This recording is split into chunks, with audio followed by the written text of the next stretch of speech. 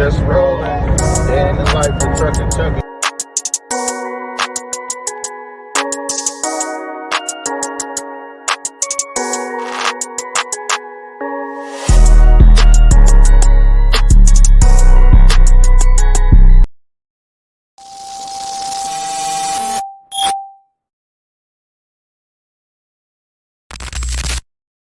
Yo, what's up with it, y'all? What's going on? Shout out to my sponsor, JE Line. Hit them up. But go on there, look for products, www.je/line.com. Go look at the products, check out things that you would like and that you want, man. I like the Bear Growth Serum, sandalwood smell. It works for me, makes my thing soft. I got a natural nappy beard, but still soft, even though it looks nappy though. But let's move on. Shout out to him. Yo, now I just wanted to come real sports content creator. We're in the middle of like the off season and stuff like that, but I just really wanted to talk to you about content creators and the responsibility of it, just real quick because um look, this is what's going on here, y'all. Once people get corporate sponsors by these major media conglomerates, they're not allowed to write, speak freely.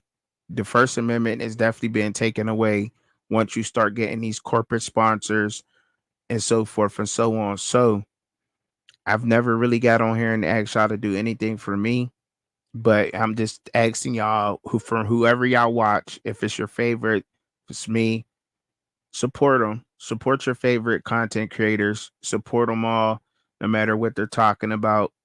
Anything helps. You know what I'm saying? And it'll keep us giving y'all the authentic information and being real as possible and not getting that First Amendment taken away in order for us to get into inform y'all the proper authentic way, because there's a lot of work that goes into that, believe it or not, what we do and the time that we sacrifice out here to inform y'all on the information. So just support your your little content creators, your favorite ones, whoever it may be. You know what I mean? Shout out to everybody out there working, all right? And I say this because once these corporate sponsors and major name sponsors come into play with us in general out here, sports writers, sport content creators, journalists, whoever it may be, they lose their voice. They're only allowed to pick up upon what is propaganda for you. What could they feed you to make you feel good about your favorite team? What could they tell you? They telling you exactly what you want to hear, what you already know, and they sound really well and they talk really well when they do this. They use an extensive vocabulary when they're speaking to you so that you feel informed on something that you already knew. And it's a game and it's a shell that they play, and they try to silence people who have a difference in opinion and make it seem like a hate. They'll make us hate each other because you like Aquafina, I like Smart Water, and somebody else likes Fiji. They'll put us against each other just by the different waters we like, and we got to be able to see through these things and see through what's going on and make and force people and hold people accountable. Now it's hard for content creators such as myself to hold others accountable and to inform y'all on this when you're not really getting the support, nor what I mean, from the viewers, and they're gonna keep giving y'all that. And that's all they're doing. Now I'm saying all this to say that um Uncle Neely he does a horrible job at this. The most truthful time I ever seen him speak is when he came out as out of left field talking about how they didn't want to compete, but at the same time that was a total you know what I mean? It was really stupid for him to say that, but at the same time, like, I'm just cruising down the road, and for some reason it pops on. It's talking about some interview with Coach Prime or something, and he's misinforming his followers and viewers about the team, and he's with the team every day because he's scared to get his access taken away from the team and being critical. He can't do that because his access will get taken away just as quick as he goes in there, as quick as he'll be gone. You know what I'm saying? So now he just has to keep feeding everybody the misinformation that they want to hear, such as saying the ingredients that we got in, the people that we just got in are equal to or better than the guys that we had leaving out, when that's not true, because he was just talking about how good the team was last year. He told, and people don't even pay attention to the point that he just told y'all exactly what he said last year. And I'm putting people and I'm holding y'all accountable, because I would want y'all to do the same for me. I'm not asking you to strike my channel, not defamation your character. This is just facts. You can go and look at the shows that you did with the DNVR and what y'all talked about and what y'all were saying. You're saying the same stuff over and over again. Um, I really don't know the gentleman primed and buff. I prime buffed and prime. I know I salute to him, and what he's doing is awesome, giving back to kids and everything. But when you're sitting there and he breaks down film beautifully. He really does. Seems like he knows what he's doing. So therefore, a lot of people follow him. People want to learn from him and what he's able to provide out here in these sports content creation game. However, when you sit there and tell 100,000 people that's watching your channel that the Buffaloes are going to go 10-2, that's not realistic. This is not HBCU football, and I'm not saying this to pick on the man. I'm just saying that that's not realistic. How are they going to go 10-2 with the same caliber player that they got in? The transfer portal right now at this point is not. You're just trading players for player, and you're getting the same caliber that you already got going out. I mean, like nobody's grabbing up 4 stars at the moment. You know what I mean? And if they were a 4 star, that's because they were ranked as a 5 star or a 4 star at a high school, and they didn't get a chance to showcase their talents. But they still were down on the depth chart. You know what I mean? And you don't know what's gonna happen here. That's not a realistic viewpoint of that. 10 games out of the new Big 12, that's just not realistic. It's just not. And I'm not trying to pick on any. I'm just speaking realistically. Now, he breaks down the film and everything on the players, but break down the film on the players that came in also, and then just keep it real. Well, we seen what Dallin Hayden can do. Those people that followed the Big Ten a little bit, he got some playing time. Amos from Miami of Ohio, that was a group of 5 out here. The competition level was really slighted. There was only a couple teams that's in the MAC that really are competitive, and you're talking about Miami of Ohio. They're one. The Ohio Bobcats, that's 2. And then Buffalo used to be back when they had like Khalil Mack, but then they like fell off like shortly after that. But then you got Toledo.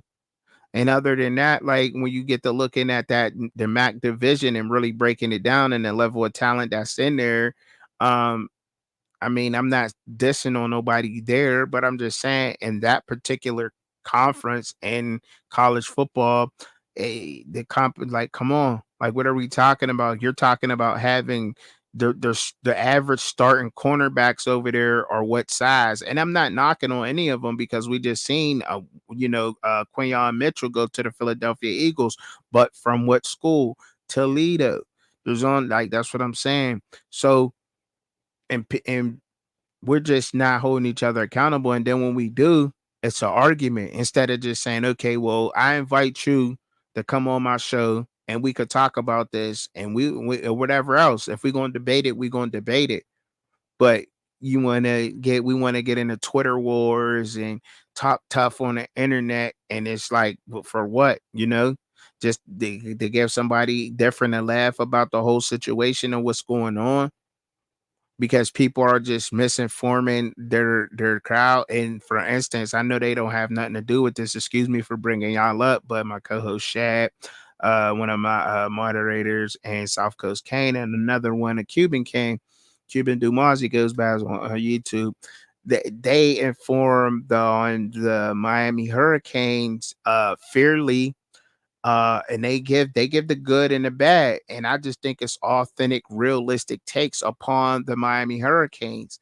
And I would advise anybody who want to hear the real about the Miami Hurricanes to watch their channels, because they're given a real, true, authentic take upon the Hurricanes. And then even that's their favorite team. They're diehard Hurricanes fans, and still even then you have Hurricanes fans people who just spread Miami Hurricane propaganda, when they're considered like haters. And how they love that team. They love that team. They're just giving a real, authentic, realistic look into that team, researching, and they have proof, the numbers and everything, the history of, when you get to looking at it, and the way that everything is set up, then you'll be able to understand exactly what I'm talking about. Now, if we go back and we break down the film of every last player that the Buffaloes have got in and what they did in their divisions, I mean, you'll say, okay, that's fair. They had a good game or two, but you know what I mean?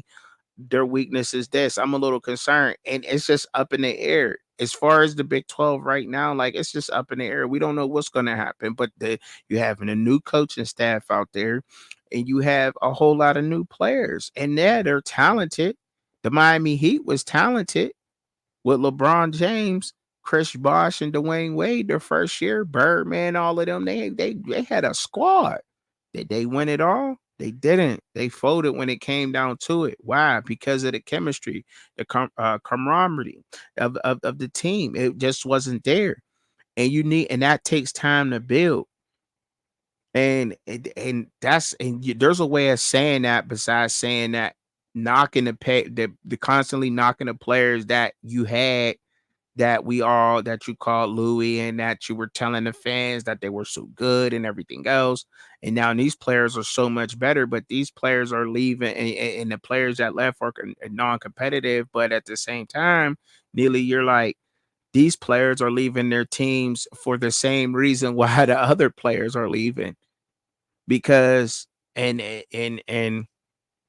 nobody would never ask this question to any coaches out Colorado. Nobody will. None of the channels will. But none of them will. None of them would ever ask, why are the kids being, and this is just not happening there, but it's happening in a lot of other places. But they're not just leaving. The reason why y'all know they're leaving, Nearly, is because y'all are asking them to leave. Why are y'all asking these kids to leave? And if you're a college football player, and your coach is asking you to leave, you don't have to leave, especially if you're on scholarship already. You don't have to leave. Now they they might try to make your life a living hell, but you don't have to leave the school. You're there for your education. You don't want me on the team? Cool. You're gonna have to do something else, because I came here to play, and especially if you've been doing everything. Not everybody has not been going to class. You can't dunk on everybody that's leaving. But they're asking people to leave the school. See, that's what they said. There's a lot of things that's going on that people don't know. And if I'm lying about them, to ask them, then ask them why. Why am I lying? Am I really? Am I really? That's what I would say, and that's what I would ask, because I know, because we know. We all know what's going on out here. A lot of teams are doing it because they're trying to make room for other talent, so they can poach talent from the group of five. That's what they're doing right now. They're poaching, they're trying to get the best group of five talent out of their schools after they were developed there, and trying to pull them up. A lot of teams are doing it. I'm not saying that Colorado's the only one. I'm not saying that. And I'll repeat that again. But what I'm saying is, right now I'm talking about them, and in other schools, but that's why they know. That's why they know they're leaving. Don't seem like you're an Einstein, like, oh yeah, we knew. Yeah, you knew because y'all asked them to leave. Like, you know what I mean? So I mean, and stop misinforming your crowd and your audience upon that information. I mean, you could do it all you want to, but don't get mad at me for me calling out your bullshit. That's all I'm saying. You know, we all doing sports content creation, talking about sports and everything else, but don't expect me not to say anything about it. That's all I'm saying. Especially during the off season. Now I got time to do this because there's really not much to report on. But other than that, I'll probably be letting y'all go ahead and just do y'all the way you want to. But nah, we need to be able to have these conversations as men amongst men, unless you just feel like you're just too big for that, and you need to move. If you feel like that, then I'm okay with that too. But if you would like to, I'm there. I'm around. You know where I'm at. You know I'm definitely not hard to find. But it seems like development and talent is around there. But I'm just saying, like, but there's a lot of things that people need to pay attention. And this just don't happen in this part of the game. This happens everywhere. This happens with major news. This happens with everything everywhere. So once again, before I get on up out of here, support your favorite content creators as much as you can. Anything helps them out, man. Because other than that, we gonna get our First Amendment taken away from us. Getting these corporate having to depend on these corporate sponsors that help us rise up with the work we putting in out here. All right. So look, I hope that y'all have a happy Monday. I'll probably be giving y'all some more. I know how I do it, man. Peace out of here, man.